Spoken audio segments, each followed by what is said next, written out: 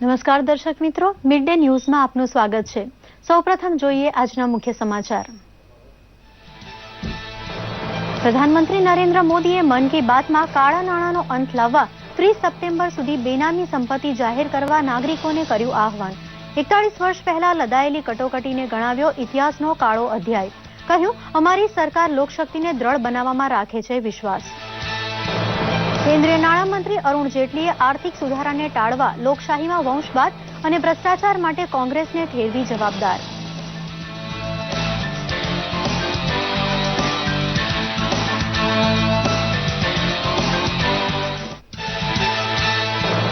Smart city મિશનમાં અમદાવાદનો સમાવેશ ગુજરાત માટે ગૌરવરૂપ। 1 વર્ષમાં પૂર્ણ થયેલા કાર્યોનું લોકાર્પણ, જ્યારે શરૂ થનાર પ્રોજેક્ટ્સનો કાર્યારંભ કરાવતા મુખ્યમંત્રી આનંદીબેન પટેલ। સુરતમાં શરૂ કરાયું સ્માર્ટ સિટી સેન્ટર। કેન્દ્ર સરકારે દેશના ખેડૂતોના કલ્યાણ માટે વન નેશન વન માર્કેટની સુવિધા સહિત સંખ્યાબંધ પગલાં લીધા હોવાનું જણાવતા કેન્દ્રીય વિજ્ઞાન અને ટેકનોલોજી મંત્રી ડોક્ટર હર્ષવર્ધન ભાવનગરમાં 3 જિલ્લાના વિકાસ પર્વને કર્યું સંબોધન। સમાચાર વિગતવાર જોઈએ। પ્રધાનમંત્રીએ મન કી બાતમાં કરચોરી અંગે પણ વાત કરી। તેમણે કહ્યું કે 30 સપ્ટેમ્બર સુધી મિલકત જાહેર કરનારા વ્યક્તિની કોઈ પ્રકારની તપાસ નહીં કરવામાં આવે। ટેક્સ ભરીને દેશવાસીઓને બોજમુક્ત થવા પીએમએ અપીલ કરી હતી। पास अनडिस्क्लोज इनकम है, अघोषित आय है, उनके लिए भारत सरकार ने एक मौका दिया है कि आप अपनी अघोषित आय को घोषित कीजिए। सरकार ने 30 सितंबर तक अघोषित आय को घोषित करने के लिए विशेष सुविधा देश के सामने प्रस्तुत की है। जुर्माना दे करके हम अनेक प्रकार के बोझ से मुक्त हो सकते हैं। मैंने ये भी वादा किया है कि स्वेच्छा से जो अपने मिल्कत के संबंध में, अघोषित आय के संबंध में सरकार को अपनी जानकारी दे देंगे तो सरकार किसी भी प्रकार की जांच नहीं करेगी। 1975માં લદાયેલી કટોકટીના 40 વર્ષ પૂર્ણ થયા છે, જેનો મન કી બાતમાં ઉલ્લેખ કરતા પ્રધાનમંત્રીએ કહ્યું કે લોકશાહી નાગરિકોની તાકાત છે। એક એક નાગરિક આપણી હિંમત છે અને આ પ્રતિબદ્ધતાને આગળ વધારવી જોઈએ। हमारी ताकत लोकतंत्र है, हमारी ताकत लोक शक्ति है, हमारी ताकत एक एक नागरिक है। इस प्रतिबद्धता को हमें आगे बढ़ाना है और ताकतवर बनाना है। और भारत के लोगों की ये ताकत है कि उन्होंने लोकतंत्र को जी के दिखाया है।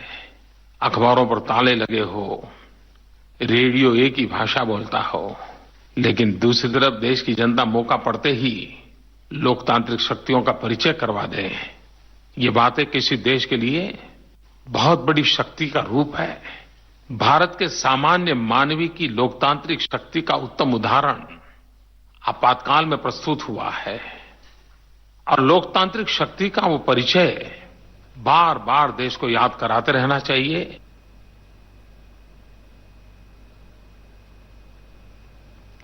પ્રધાનમંત્રી નરેન્દ્ર મોદીએ તેમની 21મી મન કી બાતમાં ઇસરોએ PSLV C-33 મારફતે એક સાથે લોન્ચ કરેલા 20 ઉપગ્રહ અંગે વાત કરી।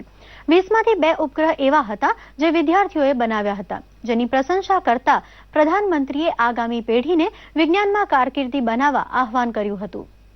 मैं देशवासियों को भी बहुत बहुत बधाई देना चाहता हूं कि 22 जून को इसरो के हमारे वैज्ञानिकों ने एक साथ 20 सैटेलाइट अंतरिक्ष में भेजकर अपने ही पुराने रिकॉर्डों को तोड़ करके एक नया रिकॉर्ड बना दिया। और ये भी खुशी की बात है कि भारत में ये जो 20 सैटेलाइट लॉन्च किए गए, उसमें से 17 सैटेलाइट अन्य देशों के हैं। अमेरिका सहित कई देशों के सैटेलाइट लॉन्च करने का काम भारत की धरती से भारत के वैज्ञानिकों के द्वारा हुआ। और इनके साथ वही 2 सैटेलाइट जो हमारे छात्रों ने बनाए थे, वे भी अंतरिक्ष में पहुंचे। પ્રધાનમંત્રીએ એરફોર્સમાં ફ્લાઇંગ ઓફિસર તરીકે જોડાયેલી પ્રથમ ભારતીય મહિલાઓનો ઉલ્લેખ કર્યો હતો। નાના શહેરોમાંથી આવતી અવનીત, ભાવના અને મોહનાને પીએમએ દેશનો ગૌરવ ગણાવી હતી અને બેટી બચાવો બેટી પઢાઓ અભિયાનની સાર્થકતા ગણાવતા ત્રણેય દીકરીઓના માતા પિતાને અભિનંદન આપ્યા હતા. इन 3 बेटियों की खास बात है. फ्लाइंग ऑफिसर अवनी मध्य प्रदेश के रीवा से हैं, फ्लाइंग ऑफिसर भावना बिहार में बेगूसराय से हैं और फ्लाइंग ऑफिसर मोहना गुजरात के बड़ोदरा से हैं. आपने देखा होगा कि तीनों बेटियां हिंदुस्तान के मेट्रो शहर से नहीं हैं. वे अपने अपने राज्यों की राजधानी से भी नहीं हैं. ये छोटे शहरों से होने के बावजूद भी इन्होंने आसमान जैसे ऊंचे सपने देखे और उसे पूरा करके दिखाया. પ્રધાનમંત્રી નરેન્દ્ર મોદીએ યોગની હિમાયત કરી અને 21મી જૂને બીજો આંતરરાષ્ટ્રીય યોગ દિવસ વિશ્વભરમાં ઉજવાયો, જેનો ઉલ્લેખ કરતા મન કી બાતમાં પ્રધાનમંત્રીએ કહ્યું હતું કે ન્યૂયોર્કની સંયુક્ત રાષ્ટ્રસંઘની બિલ્ડિંગમાં વિવિધ યોગાસનની આકૃતિઓનું પ્રદર્શન થયું હતું, જે ભારત માટે ગૌરવની બાબત બની. પ્રધાનમંત્રીએ યોગને જીવનનું અભિન્ન અંગ બનાવવા આહ્વાન કર્યું અને યોગથી ડાયાબિટીસને અંકુશમાં લાવવા અભિયાન છેડવા આહ્વાન કર્યું. मैं जितने प्रकार की योग की विधाएं चल रही हैं, जितने प्रकार की योग की इंस्टीट्यूशन चल रही है, जितने प्रकार की योग गुरु हैं, सबसे मैंने आग्रह किया है कि क्या हम पूरा ये वर्ष मधुमेह के खिलाफ, डायबिटीज के खिलाफ योग के द्वारा एक सफल अभियान चला सकते हैं क्या योग से डायबिटीज को कंट्रोल किया जा सकता है? कुछ लोगों को उसमें सफलता मिली है. પ્રધાનમંત્રી નરેન્દ્ર મોદીએ મન કી બાતમાં નાગરિકોએ આપેલા સૂચનોનો પણ ઉલ્લેખ કર્યો હતો. તેમણે ગેસ સબસિડી, સ્વચ્છતા અભિયાન અને પાણી બચાવવા અંગે પણ નાગરિકોને અપીલ કરી હતી. एक एक बिंदु जल का बचाने के लिए हम कुछ न कुछ प्रयास करें. गांव का पानी गांव में, शहर का पानी शहर में हम कैसे रोक लें? ये पृथ्वी माता को फिर से एक बार रिचार्ज करने के लिए हम उस पानी को फिर से जमीन में वापस कैसे भेजें? जल है तभी तो कल है. जल ही तो जीवन का आधार है. पूरे देश में एक माहौल तो बना है. पिछले दिनों हर राज्यों में जल संचय के अनेक प्रकल्प किए हैं, लेकिन अब जब जल आया है तो देखिए कहीं चला तो न जाए. जितनी चिंता जीवन को बचाने की है, उतनी ही चिंता जल बचाने की होनी चाहिए. પ્રધાનમંત્રીની 21મી મન કી બાતને લઈ અમારા સંવાદદાતા દેવ શિવારોતરિયાએ લોકોના પ્રતિભાવો મેળવ્યા હતા. સાંભળીએ લોકોમાં મન કી બાતને લઈને કેવો હતો ઉત્સાહ. શિક્ષણ જગતનો છું તો હું કહું છું, જે બાળકાઓના શિક્ષણ માટે વાત કરી છે એ ખરેખર બહુ પાયાનું કામ છે. જો બાળકાઓમાં શિક્ષણ આવી રીતે વ્યાપ્ત થતું જશે, આવી રીતે વિકાસ થશે તો ભવિષ્ય ભારતનો નહીં આખો માનવજાતને બહુ સારી રીતે સુરક્ષિત થઈ જશે. નરેન્દ્ર મોદી સાહેબે જે જનતા ઉપર ભરોસો મૂક્યો છે તે ઘણી બહુ મોટી વાત છે, કારણ કે અત્યાર સુધીના કોઈ બી પ્રાઇમ મિનિસ્ટરે જનતા પર ભરોસો મૂક્યો નથી અને કોઈને રિક્વેસ્ટ નથી કરી. રિક્વેસ્ટ કરી છે અને તે એકદમ નમ્રતાથી રિક્વેસ્ટ કરી છે અને આપણે બધાને બી એ જ અપીલ છે કે તેમની જે રિક્વેસ્ટ કરી છે એ આપણે બી ભાવપૂર્વક અમને વધાવી જોઈએ અને દરેક એમને આદરપૂર્વક સન્માન કરી અને દરેકને આપણે ટેક્સ પે કરવો જોઈએ. જનભાગીદારીથી જે સરકારને ચલાવવામાં મદદ થાય છે એનાથી સરકારને નાનામાં નાની વસ્તુની પણ ખબર પડે છે. જેમ કે એમણે 2 વર્ષ જે પૂર્ણ થયા અને એમનો જે એમણે સર્વે કરાવ્યો એ પૂરા 3 લાખ લોકોએ જે સર્વેની અંદર એમને સપોર્ટ કર્યો કે જે જવાબ આપ્યા એનાથી એમને ભલે એમને પરિણામ ડિસ્ક્લોઝ નથી કર્યું પણ એનાથી એમને પોતાને કેવી રીતે સરકાર ચલાવી એ જનભાગીદારી દ્વારા જ એમને ખ્યાલ આવ્યો છે. જે સાંભળ્યું છે એમાં મને એક વસ્તુ પર વધારે વિચાર આવે છે કે જે યોગા છે, જો દરેક વ્યક્તિ 15 મિનિટ પણ યોગા કરે તો ડાયાબિટીસ આરામથી કંટ્રોલ આવી શકે છે. યોગામાં પ્રાણાયામ છે, કપાલભાતી છે કે પછી મંડુકાસન, એ 3-4 આસનો એવા છે જે डायबिटीज पर सतत असर कर सके. जो प्रधानमंत्री साहब ने जो जल संचय के बारे में बात करी है, तो आज जो जल है ये जल एक बहुत बड़ी शक्ति या बहुत बड़ी जरूरत हो गया है इस मानव जाति के लिए, क्योंकि आज सबसे ज्यादा जो है जल की कमी महसूस हो रही है. तो आज जितने भी जल संचय के उपाय जितने भी सरकार द्वारा बताए जाते हैं या मनुष्य द्वारा स्वयं उसकी विचार से जो उत्पन्न हो उन पूरा पालन करना चाहिए और हमको जल की एक एक बूंद का संचय करना चाहिए. કેન્દ્રીય નાણામંત્રી અરુણ જેટલીએ 2 દાયકા સુધી આર્થિક સુધારા ટાળવા માટે લોકશાહીમાં વંશવાદ ફેલાવવા અને ભ્રષ્ટાચાર આચરવા માટે કોંગ્રેસને જવાબદાર ઠેરવી છે. પોતાની ફેસબુક પોસ્ટમાં 1975માં ઇન્દિરા ગાંધીએ લાદેલી કટોકટી પર તેમણે સવાલ ઉઠાવ્યા છે. તેમણે પોસ્ટમાં લખ્યું છે કે 41 વર્ષ પહેલા ઇન્દિરા ગાંધીએ દેશમાં કટોકટી લાદી હતી.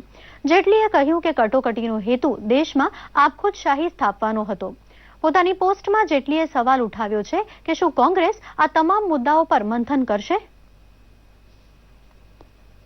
કેન્દ્ર સરકારની મહત્વાકાંક્ષી સ્માર્ટ સિટી પ્રોજેક્ટની પ્રથમ વર્ષગાંઠ નિમિત્તે ગઈકાલે પૂના ખાતે કાર્યક્રમ યોજાયો હતો, જેમાં પ્રધાનમંત્રી નરેન્દ્ર મોદીએ પ્રથમ તબક્કામાં પસંદગી પામેલા 20 શહેરો માટે 14 સ્માર્ટ સિટી પરિયોજનાની શરૂઆત કરાવી હતી.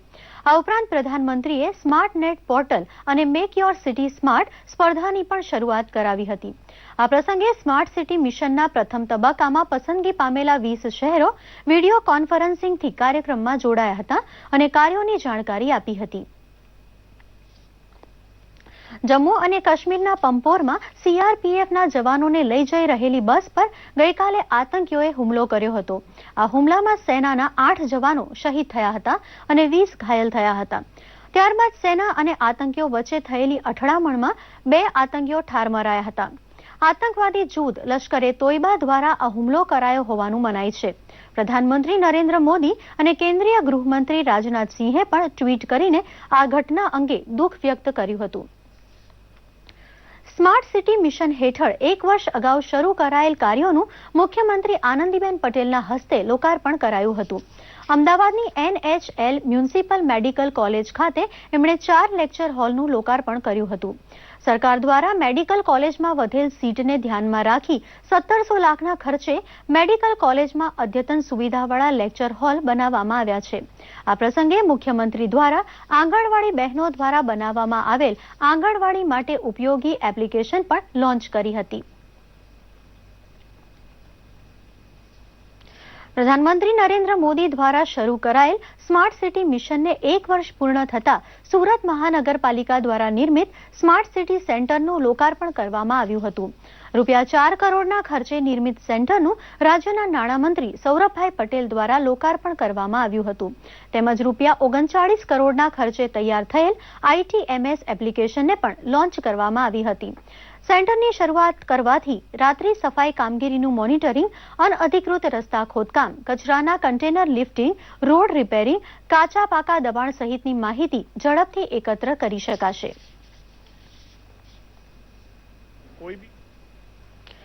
કેન્દ્રીય મંત્રી ડોક્ટર હર્ષવર્ધને જણાવ્યું છે કે કેન્દ્ર સરકારે છેલ્લા 2 વર્ષમાં ખેડૂતોના હિત માટે અનેક પગલાં લીધા છે.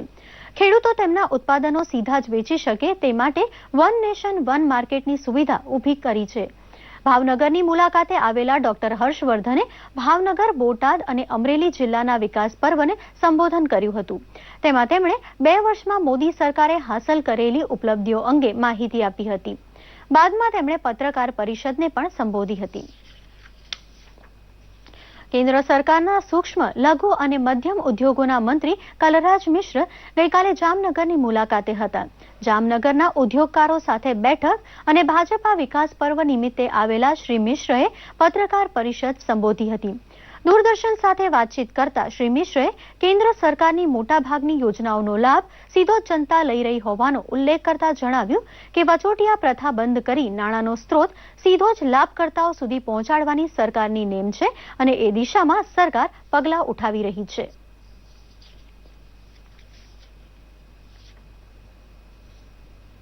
કેન્દ્ર સરકારની અનેક કલ્યાણકારી યોજનાના લાભ પ્રજાને મળી રહ્યા છે.